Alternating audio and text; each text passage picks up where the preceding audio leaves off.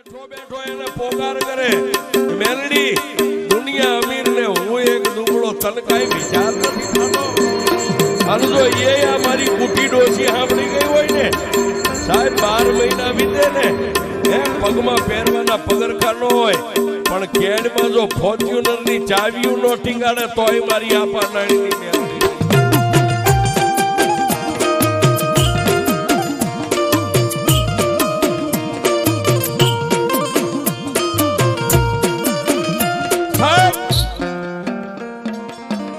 ખોટા વખાણ નથી કરતા